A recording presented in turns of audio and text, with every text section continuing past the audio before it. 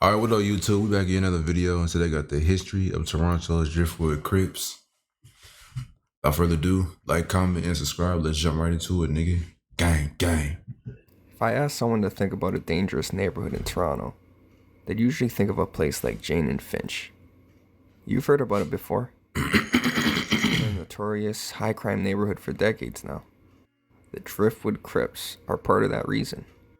They originate from Driftwood Avenue, a bendy, windy street that runs north and south of Finch, parallel with Jane Street. It's a big area, with a ton of different buildings and complexes, and some community housing. This is basically the stomping grounds and the turf for the Driftwood Crips gang. They've been around for decades, causing havoc in their area. I ain't gonna lie, I hate the way this nigga Take a talk. look back at the origins and the founding of this gang. The Driftwood Crips were originally created with heavy influence from Jamaican subculture, which roots from the immigration of people coming into Canada from the West Indies and the Caribbean in the early 1980s onwards to the late 1990s.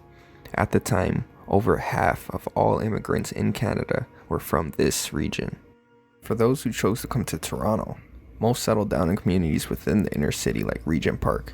It began to spread out as new housing options geared to low-income families became available. By the late 1980s, the Jane and Finch area itself and Driftwood Avenue would now be home to thousands of immigrants. Hell yeah. It's somewhere around this time that the youth from the And a nigga told me in the comments, bro, that nigga was like, cause on one of my videos, I said, I ain't know black people in Canada, and that bro was like, bro, there's all types of black people in Canada. You got Caribbeans, Jamaicans, Haitians, all that shit, bro. Just all immigrants. I'm like, damn, that's crazy as hell. I did not know there's that many black people in Canada, bro. That shit was crazy. area collaborated and founded the Driftwood Crips gang. When they initially created the gang, all of the Driftwood cliques were on the same side. North and South, also called Up Top and Down Bottom Driftwood, both claimed Driftwood Crips, with members totaling well in the hundreds. The gang quickly established themselves by selling drugs in the area and gaining rivalries with other gangs, introducing a new level of violence to the neighborhood. But as time went on, things would soon change within the Driftwood Crips hierarchy. In the early 1990s, the down-bottom Driftwood Crips had a problem with another Crip set in the city, Oh, the shit. Rexdale Crips. Yep. Rexdale is an area a short distance west of Driftwood, which is also home to a few different Crips gangs. Driftwood and Rexdale is like O The Block down and bottom Driftwood Crips began 63rd. feuding with the Rexdale Crips For real. after they would constantly clash at events, clubs, and parks in the area. Soon they had enough of the rival gang and figured, if they're enemies and they're Crips, then we might as well be Bloods. So, the members from the down bottom that's how they Driftwood turned, Crips okay. started to identify themselves as Bloods. Naturally, this created tension within the Driftwood Crips from up top, and so a civil war ensued, transforming all of Driftwood into a war zone. That's crazy as hell. Aftermath, with the gang not only splitting up into up top Crip, So them niggas was really like both from the same gang, bro. And then like them niggas started beefing with each other and shit. And then up like down below, them niggas them niggas turned into Bloods, bro. That's crazy as hell. Them niggas switched to blood, bro. That I ain't never heard no shit like that. down bottom Bloods, but each side also divided into little subsets. This division of the gang is still present to this day. You can see it by the amount of reported shootings in Driftwood in a usual year. The shootings are a combination of other gangs, as well as the civil feud between themselves. Now, we can fast forward a little bit over a decade. The Driftwood Up Top Crips have grown as a gang. They now have sparked new beefs with gangs like the Connection Bloods, the Lanes Crew, Ardwick Bloods, Driftwood beef with Farm everybody in Bloods, Toronto. Jungle City Goons, 5 Point Generals, and continued a decade-long feud with the Rexdale Crips.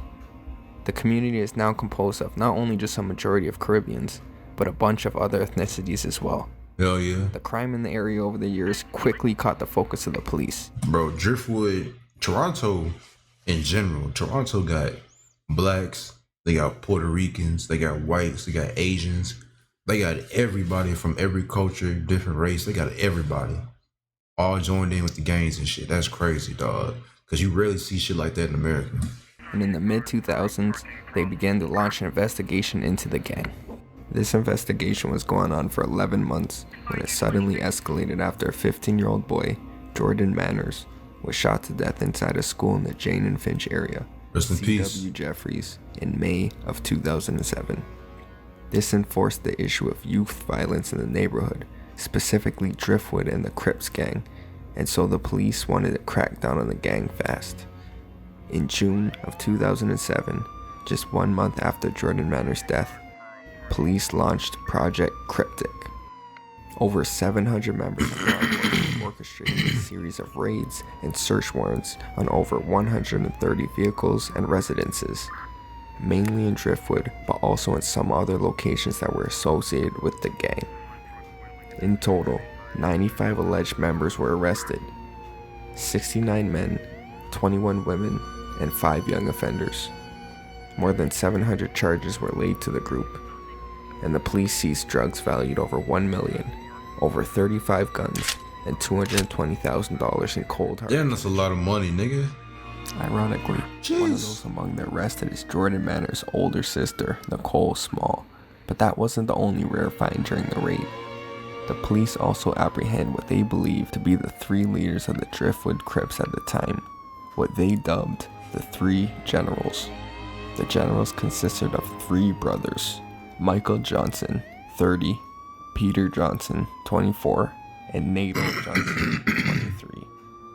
The oldest, Michael, was known to be a top supplier of cocaine in Driftwood. Although police claim he ran the Driftwood Crips, he himself didn't live there. He lived at Bathurst and Steeles, methodically staying in the shadows. Before being arrested, A real gangster stay in the shadow. brother, For real. Nato, is said to have been trying to ally with the Jamestown Crips, which are a subset in Rexdale, and end the drawn-out beef. There's nothing to show that this attempt was successful. One of the craziest parts of the investigation is that 6 of the people arrested during the raids actually worked at the Toronto Pearson International Airport. Police say that these employees worked in the cargo and ramp area, and that they were involved in the importation of drugs into the country. Just shows you how intricate this gang really was, and what kind of connections they have. The police charged the members with heavy offenses, aiming for long sentences, and, in essence, to fully dismantle the gang, having nabbed not only the top 3 players in the gang, but incarcerating 95 other members. 95, bro. Like a mission was accomplished, at least for a while. Bill Blair, who was the chief of Toronto Police at the time, flaunted the fact that he had the members and the gang leadership in custody, and boasted that the city had 1 less street gang to worry about.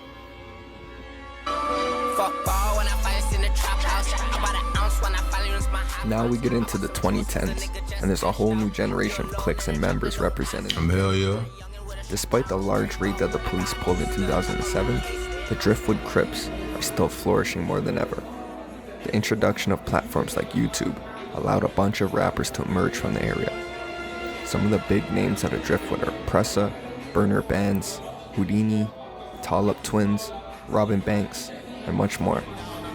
Rappers from rival gangs also emerged, which brought problems.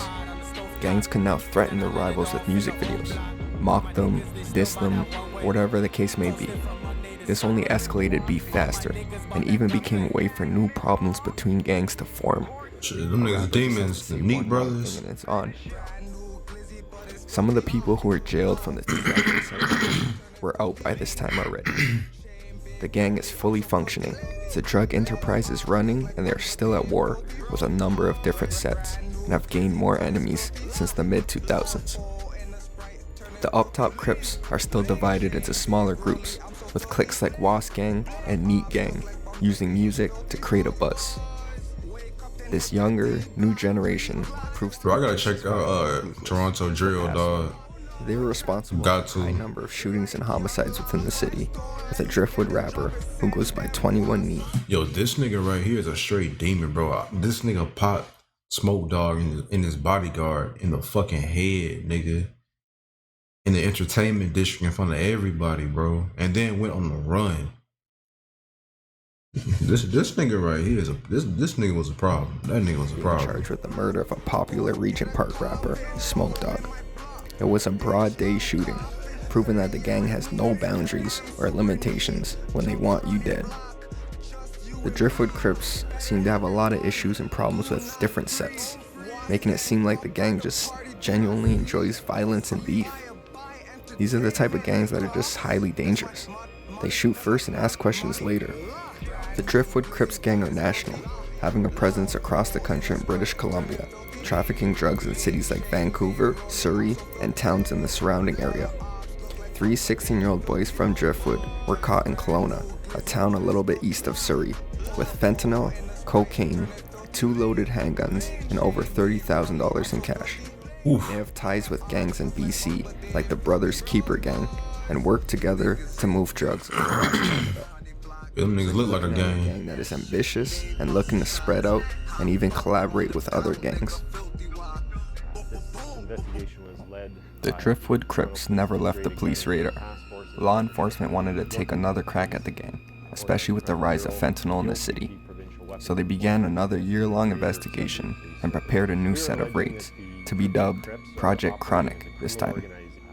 In June of 2007, police executed the project, conducting raids all over GTA Toronto, but aimed specifically at Driftwood Crips.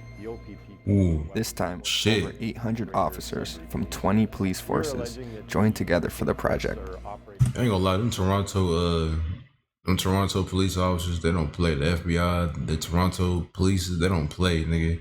If they want your ass, they gonna get your ass, bro. They gonna get you, on God. Aftermath of the raid was over They gonna get 100 your ass. arrested and 660 charges laid, including heavy crimes such as attempted murder, trafficking firearms, kidnapping, and robberies. Unsurprisingly, 19 of those arrests were actually arrested in the raids a decade before, but remained active in the gang. The seizures included 193 fentanyl patches and over 190 fentanyl pills. Over 14 handguns and a few shotguns were seized, with hundreds of rounds of ammo, and over 170 grand in cash. From the investigation, they also learned that the scope of the Driftwood Crips was larger than they thought, discovering they had members operating in Sudbury, Saskatchewan, Alberta, and they worked with many high-level gangs like Hell's Angels MC. That's a whole motorcycle A gang. vile attempt by police to break down the foundation of the Driftwood Crips. On the surface, it seems like the project was successful, but it seems like just a small hit for the gang. In conclusion, this music is pissing me off. That's been prominent in Toronto for decades. The crime rate in the area either goes up or goes down, but it never stops. With the introduction of social media and platforms that members and rappers can post content, the beast that is a gang war will Rest in peace, my nigga Houdini. Driftwood's latest rapper to pass away was Houdini, which just happened a few weeks ago, reminding us that the violence surrounding the gang continues to this day.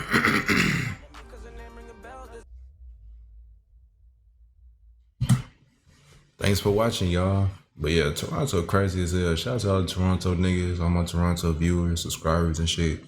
Shout out to y'all niggas, man. Stay safe in y'all city, bruh. Stay safe. But anyway, yeah, this nigga voice kind of pissed me off. This nigga be talking like he nervous to speak. This nigga voice be cutting in and out and shit, be cracking and shit. I don't like that nigga voice, dog. Pause. That nigga voice be annoying as hell. But anyway, I'm gonna get the fuck up out of here, man. Like, comment, and subscribe. And I'll see y'all niggas in the next one. Peace.